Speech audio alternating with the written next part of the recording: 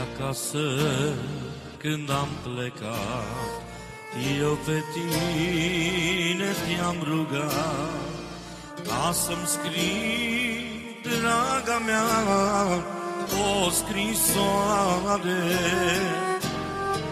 Dar tu, carte știi, și mie n-ai vrut să-mi scrii. M-ai uitat, draga mea, iubire mare.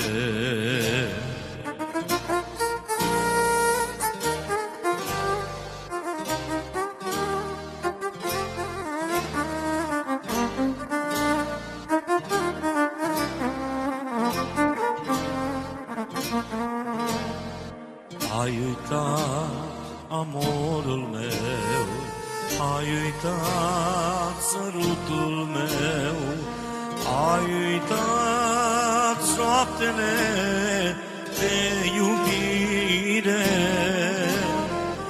Dar eu n-am uitat chipul ce m-a fermecat. N-am săluit mândra mea niciodată.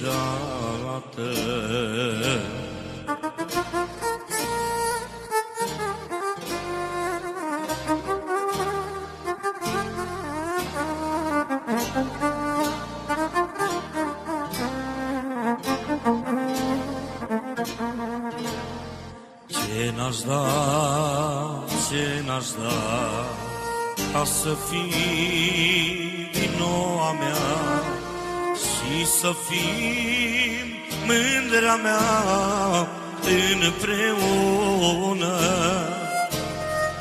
Dar tu ai vrut să mă lași lumii pierdut și să uiți o dragoste adevărată.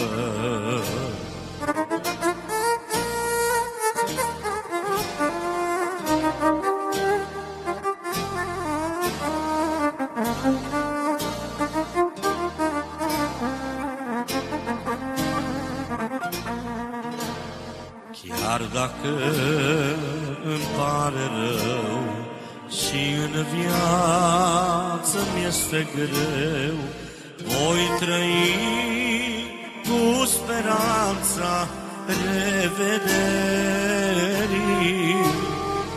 Să te ajungă dorul meu când ți-o fi viață mai greu și într-o zi să fim din nou împreună.